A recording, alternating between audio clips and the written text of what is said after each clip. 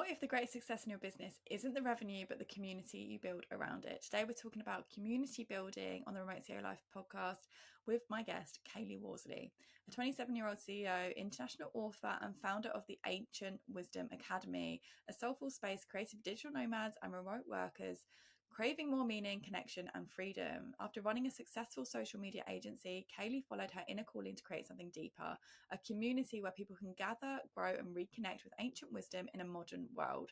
For her, building a business has never been just about the clients or the cash flow. It's about creating a home for healing, laughter, learning, and real relationships. In this episode, we dive into how Kai Lee built her community-led academy, why spiritual growth and connection matters in entrepreneurship, and how you can weave more purpose and presence into your remote CEO life. So let's dive into the episode. Hey, Kai Lee, welcome to the Remote CEO Life podcast. How you doing? Good. How are you doing? I'm good, thanks. And you're calling in from Athens, Greece, which is super, super cool. And you're very hot over there right now because it's the middle of summer. Yeah, middle of summer. We're all sweaty. We're all like crispy. We're all hot in the house, outside the house. There's like no escaping the inferno. Wow. I mean, at least you've got good food there, so you can't complain too much. But I know how hot it can get in Europe summer. I mean, I live in a tropical island, so I don't understand heat, but I know that Europe summer is like next level. So I feel your pain if you're not in Essex. Yeah. I didn't even know like the world could get this warm because I'm from Canada Yeah. originally. And so I'm used to like it being minus 40. And I'm like, oh, okay. Wow. It's cold. But now I'm like, it's plus 42 today. And I'm like, this is worse. Quite the contrast. Quite the contrast. Wow. Well, I'd love to know a bit about you, a little bit about your background, how you ended up in Athens, Greece. Tell us a little bit about your kind of journey to get to where you are today. Yeah, it's a kind of an interesting journey. So I first started off, honestly, it probably started about 10 years ago. I really wanted to be a model and I was like chasing fame as a young 17-year-old girl still in high school. So I did a lot of modeling. I toured around, the major cities, LA, New York. In my city, I did some modeling, other cities around Canada. Then I decided I didn't want to be like, I didn't want to feel like a coat hanger. So I moved into doing photography. From there, I took a business training school, like course. So then I went into business. I understood like the complexities of it. And then in about 2019, I went to a Vipassana meditation course. Have you ever done it? Yes, I Yeah, have. it's Yeah, so a couple of years intense, ago. right? Like Yeah, 100 hours, 10 hours a day, 10 days, you're just sitting in silence. And yeah. it really catapulted my remote life. So I sold everything I owned. I moved to a little town in Mexico. I was the only foreigner. I had known the family for quite a while. I took Spanish in school, so I was really like using my second language every day.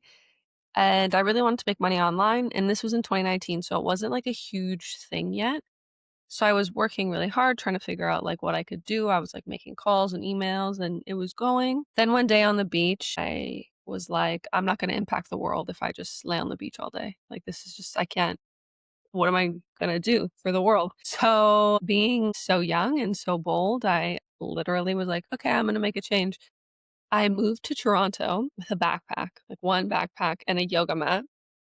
I had an apartment. It didn't have anything in it. No stove, no fridge, obviously no furniture, nothing.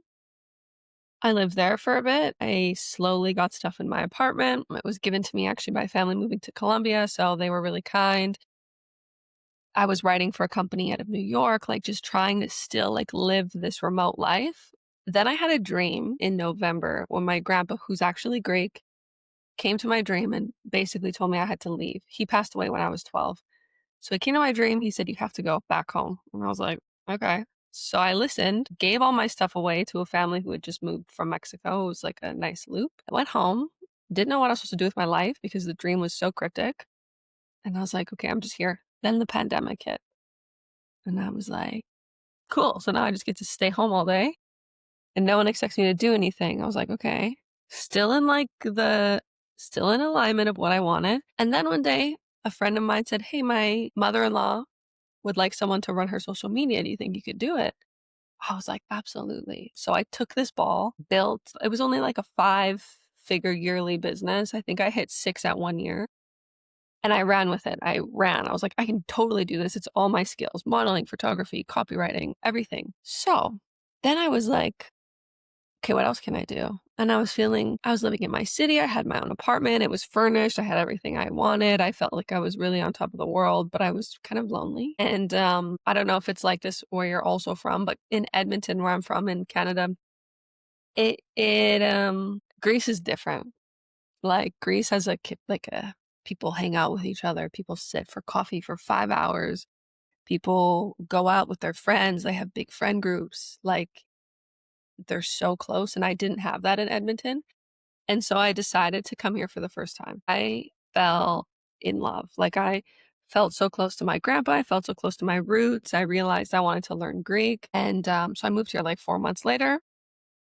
I've been here for 2 years. And since then, I've started another business and I've written 4 books, 4 fiction books. And it's such a beautiful place because people value community here. They value like quality time, which is something I really didn't know I needed, but I really, really needed in my life.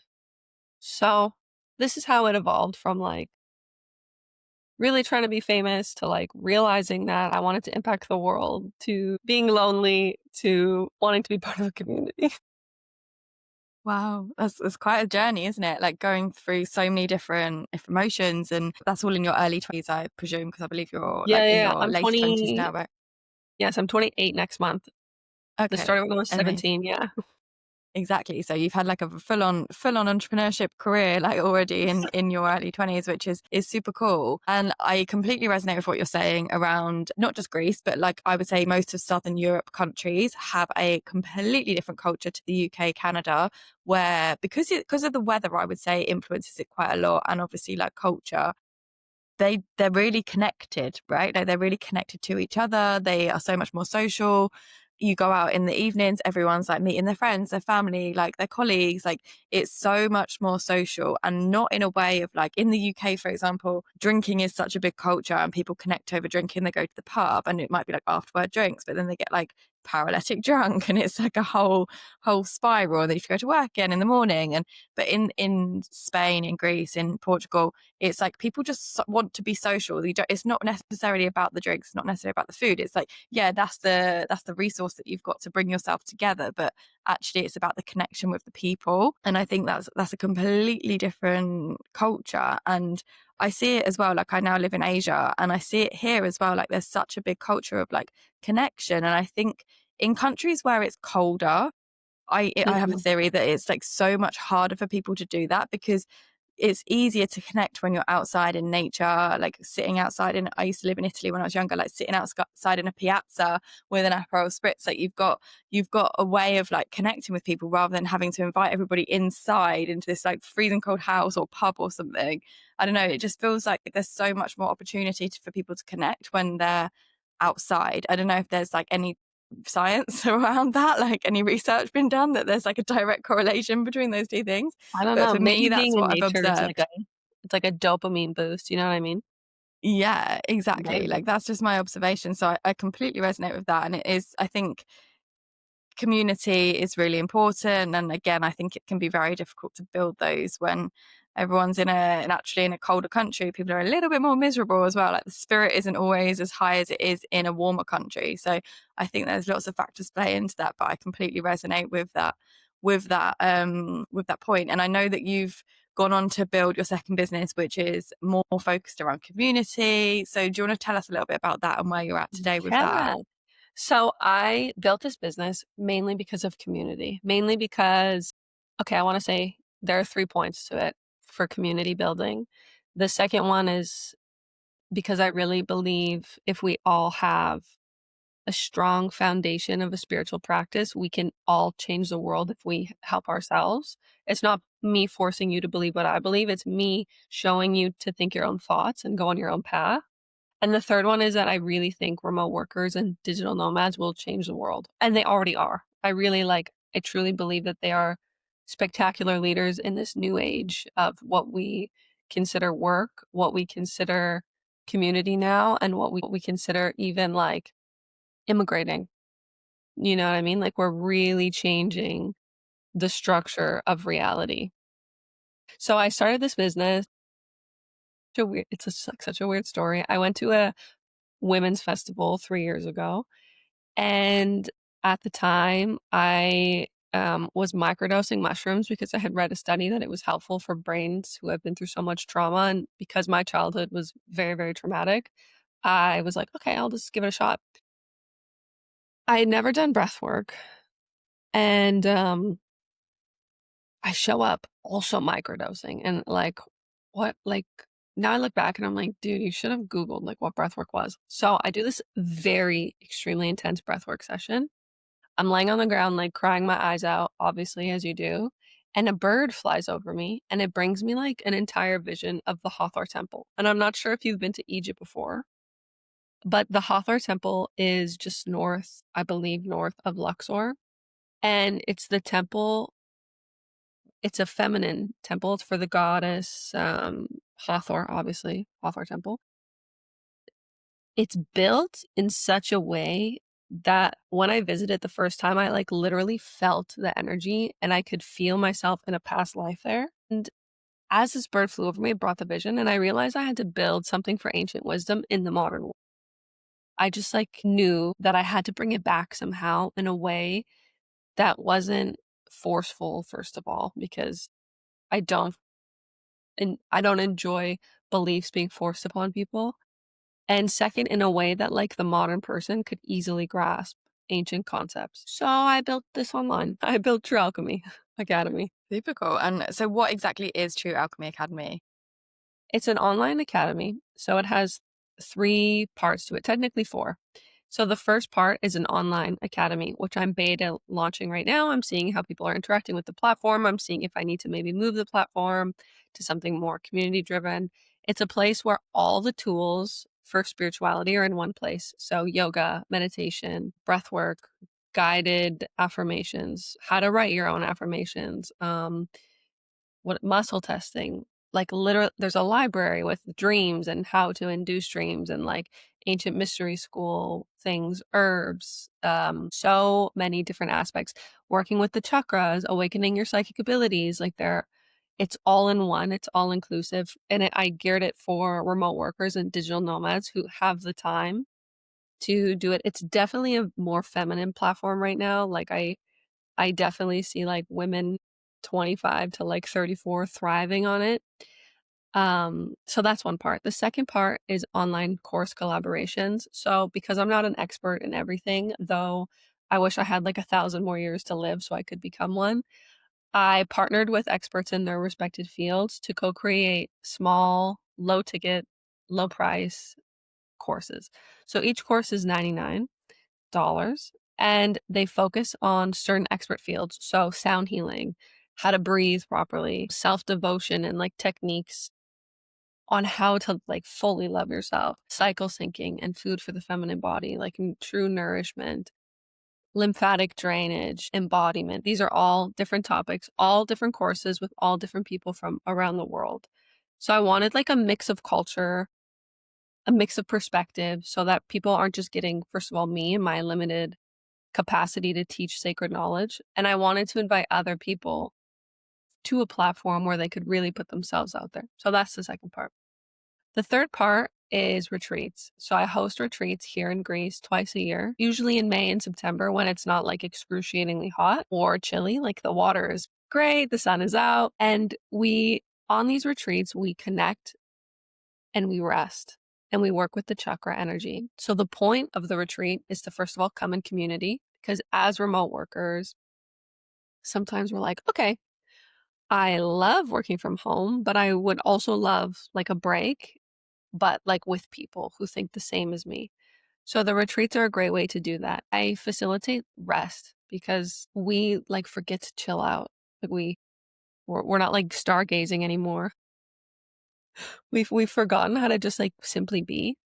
And then we work with the energy of the chakras because they're like little antennas for us to speak with God, with the creator, with, everything around us. So that's the third part. And the fourth part is classes on the rooftop here in Athens, which is for people expats, digital nomads who've come in and out of Athens. It's a nice way for us to connect. It's a nice way also for me to see what people really need, understand remote workers even more, and hang out with people. Amazing. It's a really good way to build a community of very like-minded people because it's within quite a specific niche. How did you first kind of discover your relationship with ancient wisdom and the more spiritual world? Well, I was obsessed with like certain things as a kid. I was like obsessed with ancient Greece and mythology and ancient Egypt. I was obsessed with them. Like, when you're a kid and you have these like really weird interests, those two were mine, along with dinosaurs and the Titanic. Oh, these were like my niche weird facts. Like people would be like, "Oh, what's this?" And I'd be like, "Oh, it's blah blah blah."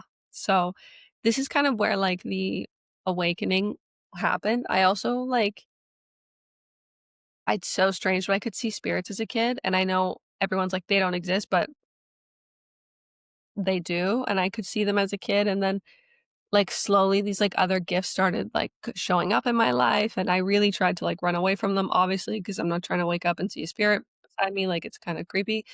But okay, I've accepted my fate. And when you accept your fate, you kind of just like allow more and more of it to come in. And so this is how it happened.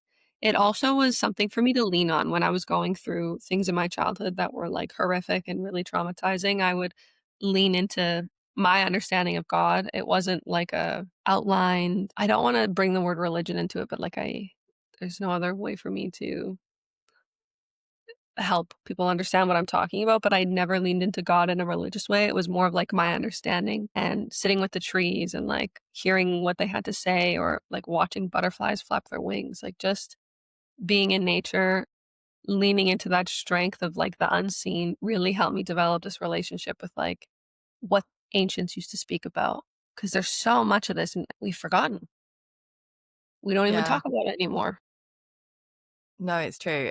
Like all of the if you think about like Eastern medicine, even like all of that has been passed through century to century to century, but then we got westernized. Everything got westernized, and we're suddenly now pumping antibiotics for everything when actually there's a natural solution to most of these things. Before there were ever drugs, there were natural solutions, and it's like same with all of the practices that you've spoken to from that are now deemed spiritual. Well, actually, they're all just part of our ancestry, our history in different areas of the world that's just kind of got lost along the way or misinterpreted along the way.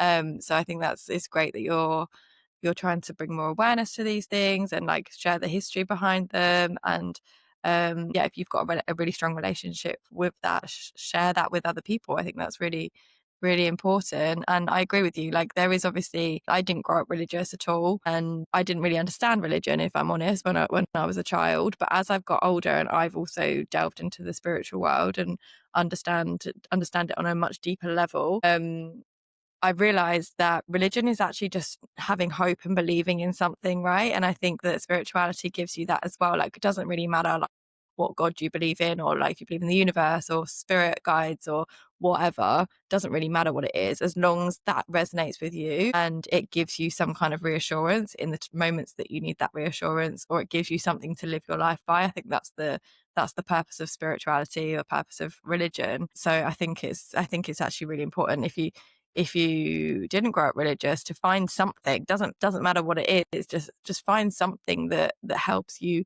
guide your life, because it really does allow you to have that like extra layer of hope and help you feel like more in trust and like you're protected by something and there's greater purpose out there for you. So I love that. In what way? I really resonate with what you said as well, by the way, actually, where you're talking about like when you were a child, you had all of these weird interests. So did I. I was obsessed with psychic documentaries and anything that was like any like series about gypsies, any series about like fortune tellers, any one that was a little bit mystical, magical. I was like obsessed with that. Mhm. And now later in life, like I've come back around into that. I read tarot cards. Like I love things like that. I wouldn't consider myself like a psychic, but I definitely have like a very, very heightened intuition and I read energy. So it's like all comes back around. I feel like so many things that we experience in our childhood for sure come back in our adult life. So how are you now using your personal spiritual gifts and relationship with ancient wisdom and the spiritual world in your life and business today? I literally like live and breathe everything I teach. Everything that I'm sharing, I do not every day. Obviously, there are way too many tools to use every single day. Like, for example, if I meditate every day, so this is one thing I do every day, I meditate. I have an altar in my room. It doesn't have anything crazy, just, like, some sage and a statue of the divine feminine and, like, a heart-shaped marble stone. So it's not anything crazy, it's not very elaborate, there's no, like, gold engravings, but it's somewhere I go every day to sit and just be with myself, be present, and I really believe that, like, once you teach people how to listen to themselves over all the noise, and that these tools are at the end of the day, and I learned this through, like, every day applying different tools to my life, like yoga, for example. I also do yoga every day, but I learned that at the end of the day, it's just, like, learning who you are in your own voice and, like, stripping those layers away. So I would say every day I use ancient wisdom because I'm always listening to my inner voice, and my inner voice is ancient. You know what I mean? Like, I feel like I'm probably, like, 5,000 years old or maybe older, like, I'm an old soul, and I, like, listen to what it has to tell me, and that's me following ancient wisdom in a nutshell. I just really like, my hope for the world is that even if they don't learn from me, they, like, learn how to get there because it's so helpful to know yourself in a world that's trying its hardest to rip you apart and mold you into what they want you to be. I don't know if that answers the Definitely. question. I know there was a first half, but then I, like, completely forgot the second half of the question. No, no, don't worry, you definitely did. I think, yeah, I think it doesn't, again, like I go back to saying, it doesn't necessarily matter what the modality is. I think there's something for everybody, and knowing yourself better is the basically the starting point of so many different things, journeys that you could go on with self-development. But until you have the level of self-awareness, which you can usually only gain from trying some of these modalities, whether that be journaling, breath work, meditation, whatever works for you, whatever resonates for you, because it's going to resonate for different people. I think of it like almost like some of these modalities that you're talking to, the ancient wisdom tools, is just a toolbox. It's just a toolbox of things that people can dip into and see which one resonates best with them. And if one does resonate best with them, then they should run with that, because that's going to be their superpower. That is going to be the thing that helps them take their life to the next level. And I've got so many examples of that in my own life. I would definitely say that meditation, yoga, I do also like breath work. All of those have been like a really impactful thing, particularly for me over the past 4 years, I would say. And I think when you go into entrepreneurship, you also go on a self-development and For almost like a sure. spiritual growth journey, Yeah. regardless of whether you want to or not, honestly. And I Yes, no actually problem. think the entrepreneurs that don't necessarily make it, or like they go back to their job, are probably the ones that resist that journey, the ones that Mhm. resist the self-development, because it is really difficult. And I think, yeah, like I've needed that toolbox. I've needed those things, and I've needed to go on this spiritual development and growth journey for me to be a better entrepreneur, to be a better business owner, to be a better leader, and to be able to get to the point where I'm at today, which is like sharing my story to help inspire others.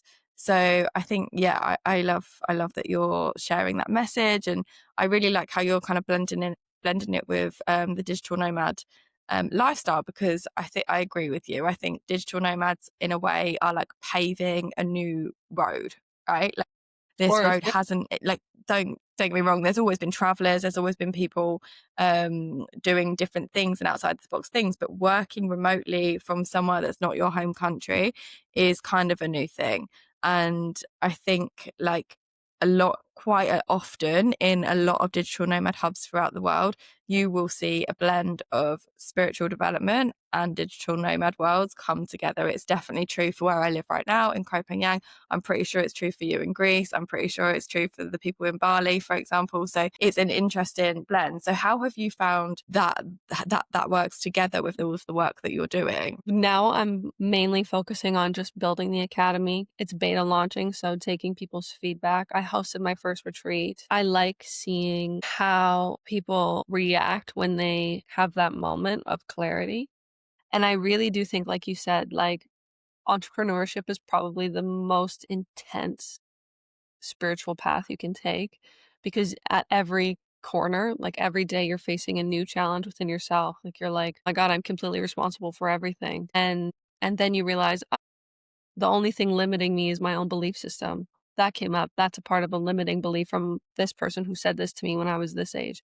Like, you are constantly, like, slaying your demons, for lack of a better word. I don't wanna say dragons because I really like dragons, so I don't wanna say slay the dragon because I really like them. So I'll say slay the demons, and it's such a important path, and also what I've learned from people coming to my roof, people coming to my retreats, from people even beta testing in the school, I've learned that they also deal with things. You leave your home, and so you're, like, going through this new, like, vortex of culture and ideas and language, and you're really trying to figure out who you are, and I think also a lot of digital nomads especially have come from a home that either they sought adventure, like they were really adventurous, or it was a really unstable place and they needed to get out of it, or something like along these lines. Because I also have a belief that the digital nomads and remote workers have a different type of nervous system. Like they can just handle a different type. So it's different. Like if I went to my hometown and I was there and I built a social media business, I was stressed out because I'm a business owner and I was a little stressed, but it does not compare anything to moving abroad across the world and having a business here. It doesn't compare. It's completely incomparable. They require two different versions of a nervous system. They require two different versions of like an uphill battle. And I know I'm not the only one because I've spoken with other remote workers and they have the same thing. So I'm like, perfect. I will just keep building this space for them to come, gain tools. And my hope, like, of course, I love money, but my hope is that they learn so well that they no longer like require my assistance.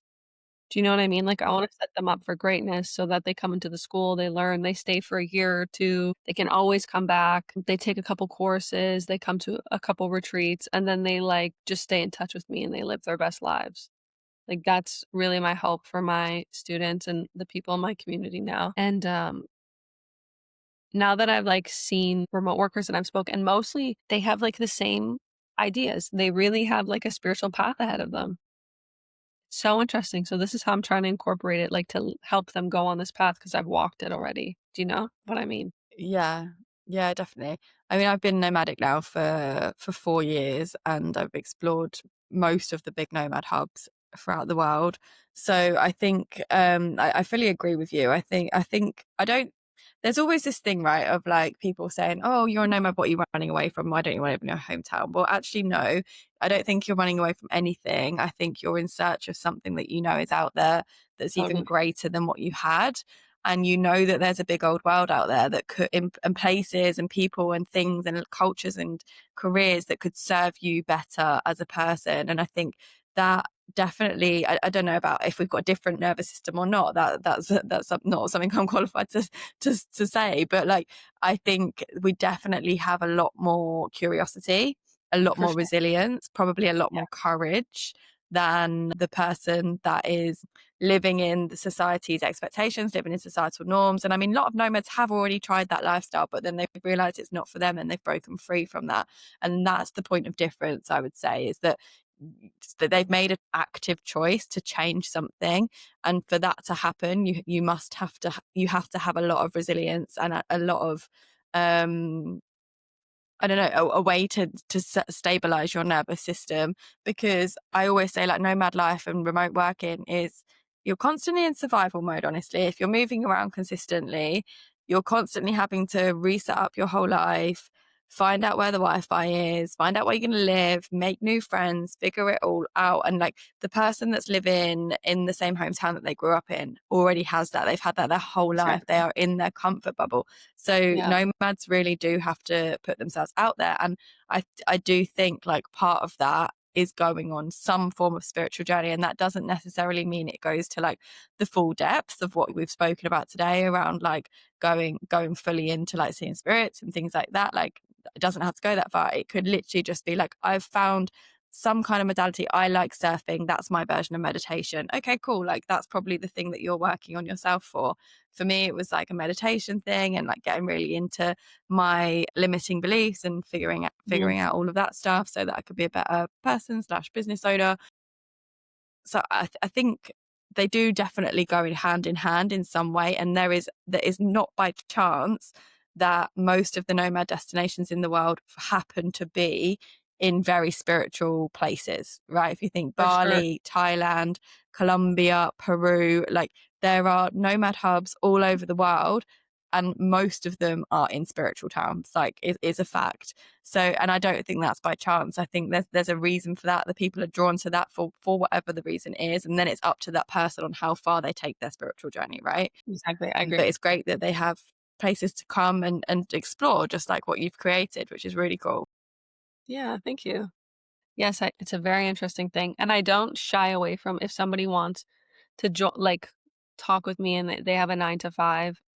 There's no shame in having a 9 to 5. Like we obviously need people who work for power companies. We need people who work for airline companies. Like we need people to have these types of jobs. But if you feel the calling of being a remote worker and being a digital nomad, then like you have to pick up the phone because maybe there's something out there and it only lasts you 3 years as a digital nomad, but you learn so much that would have taken you 30. You learn it in 3, and then you go back to having like a more stable job in your hometown. It doesn't matter as long as you like you feel the call within you and you go do that. And I think the more people pick up the phone on their calling, like the happier people will be and the bigger and like happier their energy will be, and that'll just keep expanding to others around them.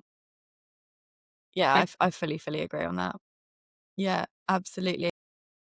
Um, Obviously, when you do leave your hometown and like you go away and you do the nomad stint, whether that's a year, 6 months, 3 years. Like I would say, like normally I meet people, the cutoff is 3 years. Like you're fully nomadic for 3 years, and then usually if you've been like bumping around like place to place the past 3 years, you're pretty tired. And then usually someone's then becomes an expat and they stay in one place, or a slow mad and they stay for longer periods of time in a place. That's been the common theme that I've seen throughout my personal nomad journey. But one thing that also is a common theme is the fact that everywhere you go when you're nomadic, because everybody that's nomadic has made a choice to be nomadic, right? They've all made a choice to be a remote worker. They've all made a choice to leave their hometown, which means automatically you have one thing in common with each other. So you are much more likely to find your people when you go out into the world and you've already made those choices, as has that other person. So obviously through the academy, you're creating a community, which makes it even easier for people to find their people. So they're probably into spirituality, they're probably into ancient wisdom, and they're probably a remote worker. So Exactly. automatically you've set up a place for them to come and find their community. So Their talk us group. through that part. Yeah, that's you nailed it. It's pretty much basically that. Like I wanted somewhere where people like me could go and be with other people because like I said, community was a big thing for me when I moved to Greece because even in my hometown where I grew up, like I know the streets, I know the people. I went to school there, like I know the city. I felt so alone, and it was so weird for me to feel alone in my hometown. That's my home, and I felt so isolated, and I felt like I didn't belong there, and they don't have the same thoughts as me, like, it just wasn't the same for me. I was like, "I have to go," and so community is a huge thing for me, and so people who feel like me, who want to grow with others and who want to talk about ancient wisdom or, like, just these topics that are a little bit still taboo to, like, some more traditional mentalities, they have a place to go. They have a community. I've built a community channel for them to speak with if they're students. I'm actually rolling out a daily WhatsApp group in September where it'll be free, where nomads can come to and have, like, daily conversations. I'll send them like daily quotes, daily videos, like daily affirmation, daily journal prompts, something to just keep them close to that core of ancient wisdom, who they are, and know that there are other people like them around the world who are doing the same thing. And I think when you know other people are like pushing forward on the same ideology as you are,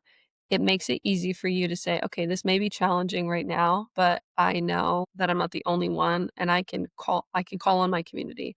I can send a message. Hey guys, I'm going through this right now.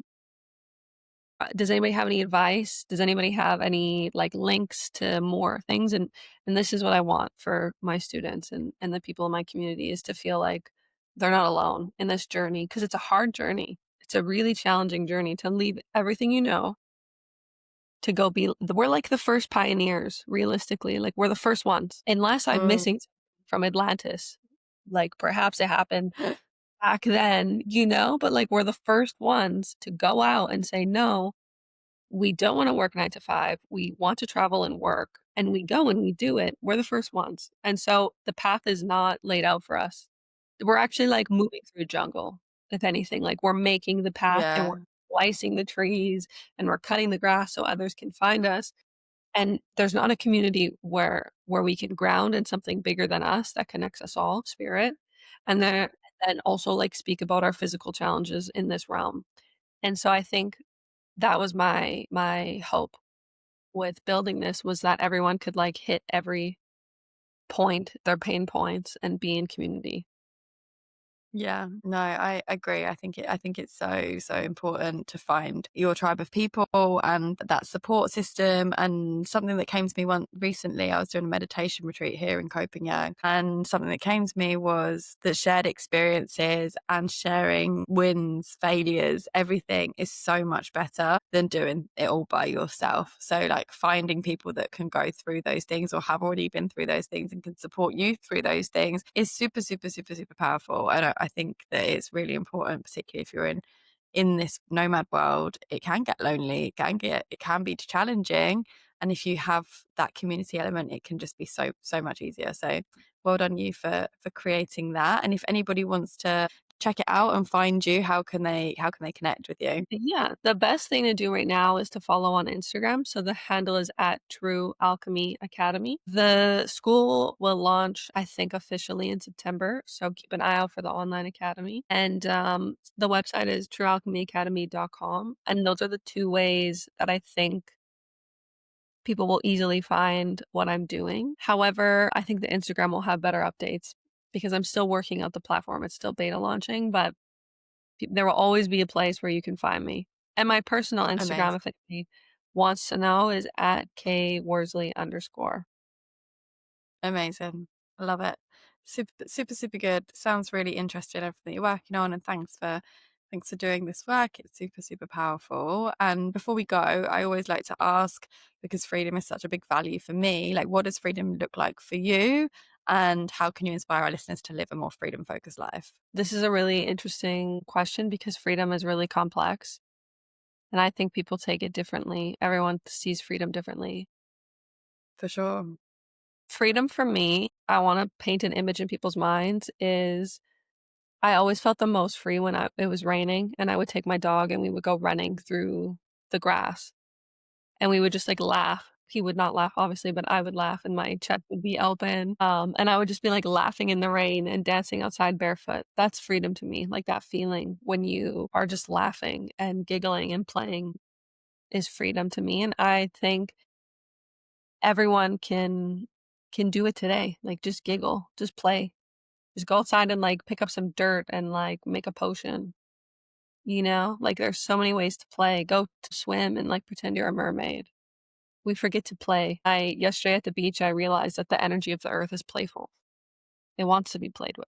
And so I think the more we tap into that playful, child, innocent energy, the more free we'll feel in our everyday adult lives.